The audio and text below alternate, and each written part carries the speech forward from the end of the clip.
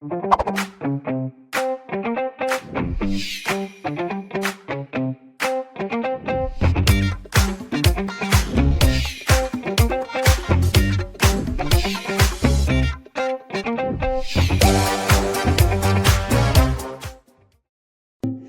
everyone, and welcome to your first economics lesson. We're going to embark on a very interesting ride into the world of economics. You will learn a lot about people, value, money, businesses, and also the government. In fact, you will come to love economics the way that I do. Now, in this lesson, we will learn what economics means and why people actually study economics. So let's get started. Have you ever had a particular amount of money, but also had so much you wanted to buy that the money wasn't enough to get what you wanted? Or have you ever been to the supermarket and had so much you desired to buy, but you were limited by the amount of money you had? Well, if yes, do not worry, it happens to all of us. So, you see, we're all limited by the money we have, even though our needs are limitless. Economics helps us to understand how we can use the little we have to make the most of what we do need. The little we have is generally known as scarce resources. Now, let's take an example of someone who has 5,000 naira. Studying economics would help this individual to know how best or how better to use the money to meet his needs.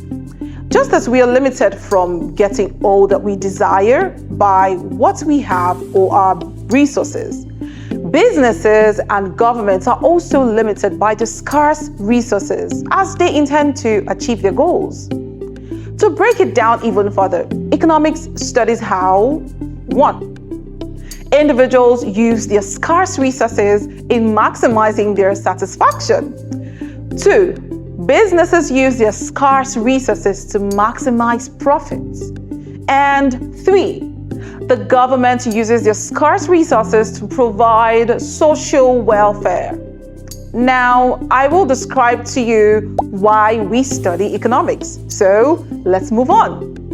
When we study economics, we learn how to use the little we have to get the most of what we want. When we study economics, we will be able to know how businesses can use the little resources they have to make profits. When we study economics, we will be able to know how the government can use their scarce resources to provide social welfare for the majority of the people. In fact, economics helps the government to understand how to eradicate poverty.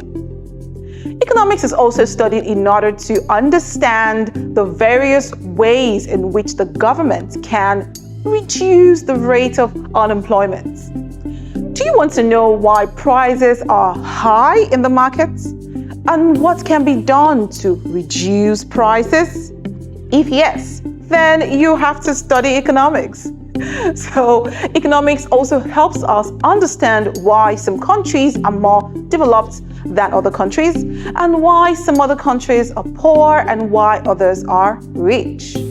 Now, after studying economics, I'm sure you're wondering, what can we do with all that knowledge? Stick with me. When you study economics, you can be an advisor or a consultant for the government or private organizations. You can also be an investment manager.